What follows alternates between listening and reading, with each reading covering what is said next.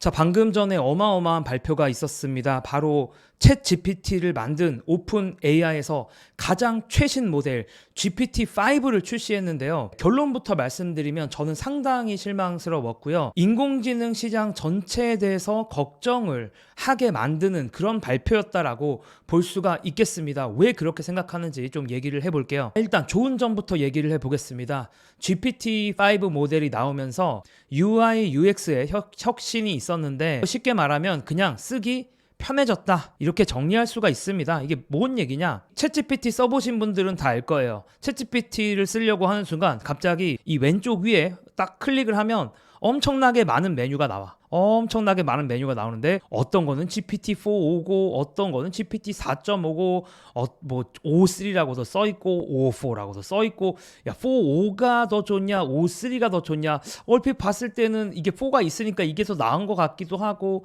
야 5가 앞에 있는 건 뭐고 뒤에 있는 건 뭘까 거의 뭐 난장판이거든요. 제가 지인들하고도 얘기를 해보면서 많이 느낀 게 이렇게 모델이 많으니까 어느 상황에 무엇을 써야 하는지에 대해서 상당히 혼란을 느끼더라고요.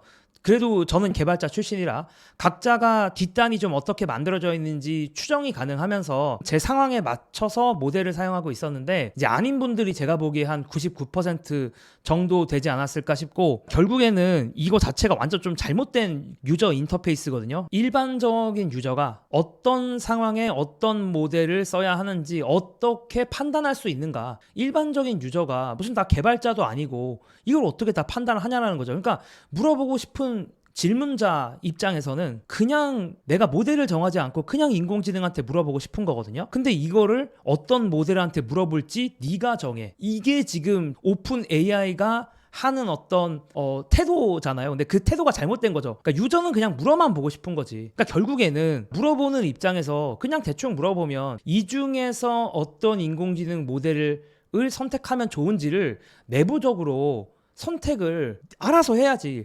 알잘딱깔센 몰라? 알잘딱깔센? 그렇게 해줘야 되는데 나보고 자꾸 고르라고 하니까 이게 정말 사용하는 유저들 입장에서 혼돈의 카오스였는데 그 혼돈의 카오스가 챗GPT-5 하나로 끝났습니다. 그러니까 결국에는 챗GPT에서 자체적으로 사용자의 질문을 들어본 다음에 이게 좀 생각을 오래 해야 되는 건지 생각을 짧게 해도 되는 건지를 구분하고 이제 거기에 맞춰서 대답을 해준다라고 이렇게 알려져 발표를 했고요. 참고로 지금 나왔으니까 여러분들도 챗GPT 웹사이트 들어가시면 바로 사용할 수 있습니다. 저도 방금 써봤고요. 자, 어쨌든 간에 혁신이 또 있었습니다. 자, 높아진 성능이 높아졌어요. 그래서 뭐 각종 벤치마크들 SWE 벤치 베리파이드라고 해서 뭐 소프트웨어 엔지니어링 관련된 벤치마크인데 코딩 비슷한 거라고 보시면 됩니다. 그래서 코딩 얼마나 잘하느냐. 자, 전작이었던 오픈AI 5.3나 GPT-4 모델보다 GPT-5가 더 잘한다. 이런 얘기죠. 그리고 뭐 얼마나 정확한가, 얼마나 할루시네이션이 없냐. 할루시네이션이라는 건 참고로 이제 헛소리를 하는 걸 할루시네이션이라고 하거든요. 그러니까 헛소리라는 거는 뭐 세종대왕이 맥북을 던진 적이 있냐 물어보면 그렇습니다. 세종대왕은 맥북을 던진 적이 있습니다. 뭐 이렇게 대답하는 거 헛소리하는 거 할루시네이션이라고 하죠. 제가 이따가도 할루시네이션 바로 보여드리긴 할 건데 어쨌든 할루시네이션 헛소리를 하는 비율이 이전 모델에 비해서 많이 줄어들었다, 좋아졌다라는 거죠. 자, 그 외에도 엄청나게 유명한 시험들 뭐 수학과 관련된 거 아니면은 비주얼 프로블럼 솔빙이래요. 이거는 뭐 그림을 갖고 맞추는 문제인가? 어쨌든 대학생들 수준의 그림 관련된 이런 테스트도 높은 성적을 그전 모델에 비해서 거두었다. 이렇게 자랑을 하고 있습니다. 다만 근데 좀 짜치는 모습도 하나 있었어요. 무슨 말이냐면 SWE 벤치 베리파이드라는 이 벤치마크 요 시험에 대해서 결과를 강조하면서 GPT-5가 오픈AI 5.3보다 without thinking 그러니까 컴퓨팅 파워를 적게 쓰면 오픈AI 5.3가 더 잘했는데 보면 점수가 69.1이잖아요. 그러니까 오픈AI 5.3가 그 without thinking 보다는 잘한 건데 요 그림만 보면 without thinking이 더 잘한 것처럼 GPT-5의 without thinking이 더 잘한 것 같은 그런 뉘앙스를 주는 그림을 그렸죠. 69.1이 더 높으니까 그림이 요렇게 돼야 될 것 같은데 이상하게 O3를 이렇게 낮춰놨습니다. 그래서 자랑하고 싶은 건가? 아니 이거 뭐 차트를 굳이 이렇게까지 조작을 하나? 이거 보면 바로 알 수 있는 건데 이렇게 좀 짜치게 했나? 뭐 이런 생각이 들고 또 조작이 너무 좀 심하다고 느끼는 게 이게 그러면은 사실 오픈AI O3랑 GPT-5랑 점수만 따지면 5점밖에 차이가 안 나거든요. 그러니까 74.9랑 69.1이랑은 한 5점 정도 차이 나지 않습니까? 근데 요거만 봤을 때는 거의 뭐 넘을 수 없는 4차원의 벽 같은 그런 느낌을 주기 때문에 이거 차트를 너무 조작했다. 기본적으로 요런 게 좀 세계 최고의 스타트업 중에 하나가 굳이 이런 짓을 할 필요가 있나? 전 세계가 보는 발표에서 뭐 이런 생각을 좀 했고요. 그리고 또 그 긴 메시지, 롱 컨텍스트라고 하죠. 그러니까 이제 그 GPT-5가 더 많은 데이터를 한 번에 읽을 수가 있게 됐는데 알려진 바에 따르면 이런 언어 모델들이 이제 메시지가 길게 들어오면 좀 정신을 못 차린다. 이런 얘기가 있었습니다. 근데 GPT-5부터는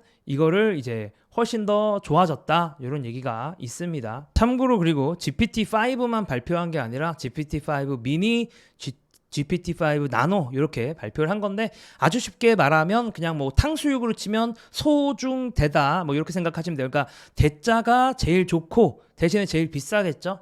근데 이제 중자는 뭐 가격도 중간이고 퍼포먼스도 중간이고 그다음에 소자니까 아무래도 가격도 저렴하지만 퍼포먼스도 좀 저렴하다 이렇게 보시면 될 것 같고요. 자, 그리고 이번에 김단태 벤치마크를 좀 한번 해봤습니다. 세계 최고의 지금 GPT-5 이렇게 얘기만 들어봤을 때는 막 세계 최고의 대학원생들이 풀 수 있는 수학 코딩 문제를 너무 잘 풀고 세계 수학 올림피아드에서 금메달을 땄다 뭐 말이 많잖아요. 막 어떤 모델들은 어땠다 이렇게 말이 많은데 제가 가끔 돌려보면 의외로 7살 소녀는 누구나 아는 문제에 답을 못 하더라고요. 자, 뭐냐? 이게 뭐냐는 거죠. 요거 그림. 요거 요즘에 우리나라 아마 딸이 있는 집은 다 아실 텐데 이게 바로 그 티니핑이거든요. 그러니까 이제 쌈지 엔터테인먼트에서 만든 티니핑이라는 캐릭터 중에 하나인데 이제 티니핑은 캐릭터가 되게 여러 개가 있고 그 중에 하나인데 얘가 누구냐고 물어봤습니다. 아니 이거 옆집 7살짜리 다 알아요. 우리나라 7살짜리 여자애들한테 다 물어봐. 다 알거든요. 자, 물어봤는데 GPT-5가 제가 방금 물어봤어요. 뭐라고 대답을 했냐면 이건 중국 완구 캐릭터 브랜드 팜마트에서 만든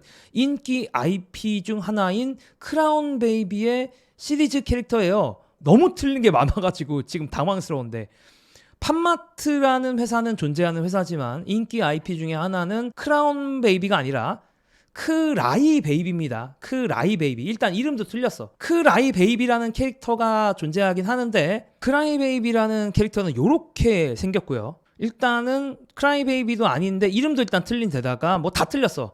얘는 참고로 달콤핑입니다. 그러니까 달콤핑을 크라운 베이비라고 부른 거야. 근데 크라운 베이비라는 캐릭터는 존재하지도 않아. 그러니까 혼돈의 카오스적인 답변을 한 거죠. 그래서 김단태 벤치마크는 실패했습니다. 참고로 제가 이거를 모든 현존하는 언어 모델들을 다 해봤어요. 그러니까 뭐 그로게도 해보고 제미나이도 해보고 클로드도 해봤는데 대부분 다 실패했습니다. 그래서 인공지능이 막 세계를 정복할 거다 이렇게 이야기를 하지만 인공지능이라는 게 인간이 알고 있는 모든 걸 다 알고 있지는 못하거든요. 그래서 지금도 여전히 7살짜리 꼬마도 알 수 있는 거를 모르는 것도 있다. 이렇게 정리를 할 수가 있을 것 같고요. 그리고 또 하나의 혁신으로 이제 강하게 자랑을 한 게 바로 코딩과 관련된 부분입니다. 코딩을 되게 잘한다고 자랑하면서 이제 코딩하는 샘플들도 보여줬습니다. 다만 이제 이 결론만 얘기해서 코딩을 정말 잘하는지는 저는 실사용자들의 피드백들을 좀 더 받아봐야지 알 것 같고요. 다만 제가 이 코딩 데모를 보면서 느낀 건 뭐냐면 GPT는 사실 기존의 언어 모델들 중에서 코딩을 그렇게 잘한다고 알려져 있지는 않습니다. 참고로 코딩으로 가장 유명한 건 바로 엔트로픽, 그러니까 오픈 AI에 원래 있던 사람들이 나와서 만든 회사죠. 엔트로픽에서 사람들이 나와서 만든 클로드입니다. 이게 지금 코딩 시장에서는 이 인공지능이 압도하고 있어요. 압도가 아니라 그냥 디팩토 스탠다드, 업계 표준이 됐어요. 그래서 그쪽에서 엄청 밀리고 있기 때문에 GPT-5가 출시가 되면 그리고 또 그쪽에서 실제로 매출이나 의미 있는 돈들도 만들어지고 있거든요. 왜냐하면 개발자의 일자리를 대처하는 거기 때문에 그렇지 않겠습니까? 그래서 개발 쪽은 지금 어마어마한 속도로 혁신이 벌어지고 있는 게 사실이긴 하거든요. 이게 이 코딩과 관련된 혁신이 요즘에 사실 업계에서 어느 정도인지만 살짝 좀 딴 얘기지만 해보면 폴 그레엄이라고 되게 유명한 이제 뭐 YC라는 스타트업 엑셀러레이터 창업자인데 요분이 이제 어떤 얘기를 했냐면 오늘 AI 덕분에 하루에 10,000줄의 코드를 작성한다고 말하는 창업자를 만났습니다. 그는 뛰어난 프로그래머이고 AI 도구를 매우 잘 알고 있으며 12시간 근무에 대해서 이야기를 하고 있는데 12시간 일하면서 하루에 10,000주씩 짠다는 거예요. 참고로 10,000주씩 짜는 거 제가 개발할 때는 뭐 완전히 불가능했는데 예전으로 치면은 하루에 저도 한 300줄? 뭐 몇백 줄 정도 제가 만들었을 것 같은데 뭐 어떨 때는 정말 몇십 줄밖에 못할 때도 있고 뭐 몇십 줄, 몇백 줄 요 정도로 개발했던 것 같은데 하루에 10,000줄이라는 거는 이제 수십 명, 좀 과장하면 100명어치의 일을 한다라고도 볼 수가 있습니다. 어쨌든 이 사람 같은 경우는 이 창업자는 직원이 없으며 가까운 미래에 채용할 계획도 없는데 왜냐면 AI가 있기 때문에 직원이 쓸모가 없는 것도 있고 또 그 자신이 너무나도 생산적이어서 후보자 면접에 시간을 할애하기 위해서 프로그래밍을 멈추고 싶지 않다 이런 얘기까지 할 정도로 어쨌든 업계에서 이 코딩 쪽 관련돼서는 프로그래밍 관련돼서는 AI가 생산성을 향상시킨다라는 건 이제 어느 정도가 아니고 너무나도 확실한 상황이고요. 자, 근데 그런 시장을 전부 다 클로드가 먹고 있거든요. 그러니까 이거에 대해서 약간 좀 쫄려 있는 오픈 AI가 GPT-5에서는 코딩 기술을 가장 강조했다. 꽤나 많은 시간을 할애하면서 데모에서도 이야기를 했어요. 요런 좀 쫄리는 부분도 많이 느꼈고요. 다만 계속 제가 말씀드리지만 결국에는 저는 피드백들을 좀 계속 보면서 저도 좀 느껴볼까 합니다. 근데 아직은 뭐 더 잘한다 못한다 이렇게 얘기하기에는 시간이 좀 흘러봐야지 알 것 같고요. 자, 그리고 걱정되는 포인트들도 있었는데 자, 제가 가장 먼저 걱정됐던 포인트, 이 GPT-5와 관련돼서 걱정되는 포인트는 무관심이었습니다. 놀라울 만큼 그 누구도 관심을 주지 않았는데 이게 도대체 무슨 얘기냐면 제가 주로 활동하는 X나 스레드나 카카오톡 단톡방이나 요런 데를 제가 이제 출시가 되고 아침에 좀 둘러봤거든요. 근데 주변 지인들의 반응이 없습니다. 뭐 몇 명 이야기하긴 하는데 예전에 GPT-4가 나왔을 때 혹은 오픈 AI 다른 곳에서 재미난 인공지능들을 만들었을 때 같은 반응이 아니다. 그냥 제가 피부로 느끼기엔 좀 그랬어요. 그래서 놀랍다 이런 반응이 없었고 GPT-5에 대한 언급 자체가 너무 적었습니다. 물론 매일매일 AI와 관련된 뉴스가 나오다 보니까 거기에 필요해서 그런 거일 수도 있겠는데 어쩌면 제가 걱정되는 두 번째 포인트 때문에 그런지 모르겠는데 자, 뭐냐? 두 번째 포인트 걱정되는 거 보니까 혁신이 없습니다. 그러니까 관심이 없는 것 자체가 혁신이 없었기 때문이 아닐까 이런 생각이 좀 들었고요. 물론 혁신이 없다. 이제 물론 이 모든 형식을 오픈 AI가 정의하긴 했는데 이런 채팅 형식으로 대답을 하면서 서로 대화를 하는 형태의 인공지능 모델 이제는 흔합니다. 기존 모델이 꽤 좋아서 그럴 수도 있을 것 같아요. 뭐 기존의 모델 뭐 제 느낌엔 한 90에서 95점 정도의 모델이었던 것 같은데 새로 나온 모델이 그거보다 조금 더 좋은 것 같긴 하거든요. 뭐 한 97점? 뭐 8점? 요 정도다 보니까 이게 차이가 한 2, 3점밖에 안 나잖아요. 그러다 보니까 유저 입장에서는 뭔가 크게 바뀐 게 느껴지지 않는 상황입니다. 다만 지금까지 챗GPT가 보여줬던 어떤 혁신성, 지금까지 오픈 AI는 항상 시장을 깜짝 놀래키는 무언가를 만들어 왔기 때문에 그런 판을 깰 수 있는 뭐 think outside of the box라고도 하나요? 어쨌든 정말 우리가 생각지도 못했던 그런 인공지능을 만들어낼 수도 있었던 거 아닌가 이런 생각 좀 들었거든요. 예를 들어서 구글에서 최근에 지니3라는 게 나왔는데 요게 컨셉이 뭐냐면 그냥 이 세상을 시뮬레이션 하는 거야. 그러니까 뭐 채팅 형식으로 뭐 서로 뭐 묻고 답하고 이런 게 아니라 그냥 내가 막 글자를 쳐 넣으면 어떤 세상이 잠깐이지만 뿅 하고 만들어집니다. 지구를 마치 닮은 그러한 세상이 만들어지는 이게 진짜 좀 신박했었는데 며칠 전에 나왔는데 요런 어떤 뭐랄까 내가 생각지도 못한 뭔가 아니면 제가 뭐 베고3 같은 거 구글에서 만들었던 그런 거를 봤을 때 느꼈던 어떤 와 이거 진짜 차원이 다르다라고 느낄 만한 것들을 못 만들었다는 거죠. 근데 이제 오픈 AI라는 곳에 대한 이 회사에 대한 기대치가 제가 너무 높았나 봐요. 그런 생각도 좀 들고 그런 혁신성이 부족한 부분이 저만 그렇게 생각했던 것 같진 않아요. 그래서 폴리마켓이라고 이걸 갖고 베팅하는 사람들, 베팅 사이트, 도박 사이트를 갖고 온 건데 이 도박 사이트에서는 이제 이걸 갖고 내기를 하거든요. 그러니까 어떤 회사가 2025년 말에 끝날 때 최고의 인공지능 모델을 가지게 될 것이냐 요걸 갖고 이제 내기를 하고 있습니다. 근데 이 내기의 결과 지금 보면은 파란색이 확 올라갔고 그 다음에 보라색이 많이 떨어졌죠. 자, 이 파란색은 뭔가요? 구글이고요. 요 보라색은 오픈 AI입니다. 그러니까 한마디로 이 베팅하는 분들조차 오늘 출시된 오픈 AI의 GPT-5에 실망했다. 이 도박하는 사람들도 실망한 거야. 이걸로 돈 먹고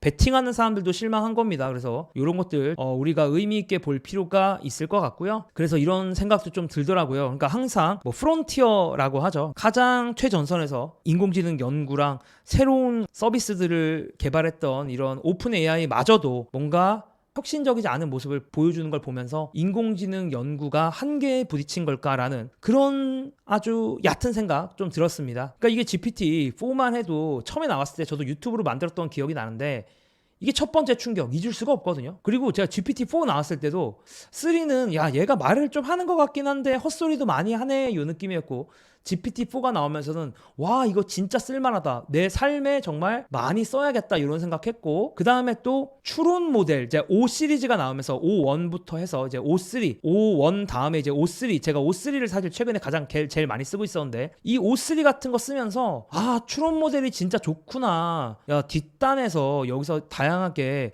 생각한 거 이렇게도 검증하고 저렇게도 검증하면 좋은 결과가 나온구나 이런 생각을 하게 만들었었던 어쨌든 어떤 단계별로의 놀라운 혁신들이 있었는데 이제는 더 이상 없는 것 같습니다. GPT-5에 걸맞는 혁신은 아니었고요. 주요 개발 인력들이 퇴사해서 그런가? 이런 생각도 들었어요. 왜냐하면 오픈 AI의 C레벨들이 대부분 퇴사를 많이 했거든요. 특히나 뭐 일리아 스투케버라거나 이 업계에서의 메시 같은 분인데 이분도 이제 퇴사하셔서 자기 스타트업 만드셨고 미라무라티라고 또 CTO 하셨던 분인데 그분도 퇴사를 했기 때문에 뭐 그 외에도 오픈 AI에서 꽤 개발을 잘 한다고 알려져 있는 분들이 퇴사를 최근에 많이 했습니다. 그래서 그런 거에 영향인가 이런 생각도 좀 들었고요. 물론 이제 반론도 가능해요. 챗GPT 출시가 사실 32개월 전밖에 안 되거든요. 사실 32개월 전밖에 안 됐는데 30개월 사이에 이 정도 혁신이면 엄청난 거 아닌가? 그냥 GPT-5가 잠깐 조금 아쉬웠다고 벌써 이 전체 시장을 방구석 주식 유튜버 따위가 매도하냐? 이렇게 생각하실 수도 있을 것 같고요. 근데 어쨌든 제가 드는 생각은 극초기 때에 비해서 어마어마한 예산과 어마어마한 인력들이 투입이 됐는데 생각보다 좀 실망스러운 부분이 존재합니다. 자, 그래서 더 걱정되는 건 뭐냐면 이러한 실망스러운 순간들이 쌓이는 거죠. 그러면 결국에 인공지능 버블이다. 요런 말에 힘이 실리게 되는 거거든요. 저도 인공지능을 매일매일 쓰고 있는 입장에서 장기적으로 인공지능이 잘 될 거라는 거에 대해서 의심은 없습니다. 다만 그렇게 인공지능이 정말 우리가 말하는 AGI, 뭐 ASI, 초인공지능, 인류를 뛰어넘는 인공지능까지 가는 길이 순탄하다고 생각하지만은 않아요. 자, 인터넷이 처음 나온 거 1969년입니다. 그리고 인터넷이 완전히 세상을 바꾸기 시작한 거는 2010년 이후라고 보는 게 좀 맞을 것 같은데 그러니까 어떤 기술들이 초기에 나왔을 때랑 그 기술이 실제로 세상을 바꾸는 것까지는 꽤나 시차가 존재한다는 얘기입니다. 기술은 뒤로 가지 않는데 그 기술에 투자하는 사람과 기업들은 지칠 때가 있더라고요. 그게 대표적으로는 닷컴 버블 때가 아니었나 이런 생각이 들고요. 이런 오픈 AI가 보여주는 한계의 모습 제가 좀 많이 걱정이 되는 하루였는데 저의 우려가 그저 기우였으면 좋겠다라는 생각을 하고요. 저는 투자와 관련된 블로그 그리고 투자와 관련된 인스타그램 하고 있으니까 궁금하신 분들은 고정 댓글 설명란 그리고 GPT-5 관련된 내용들도 설명란 고정 댓글에 넣도록 하겠습니다. 감사합니다.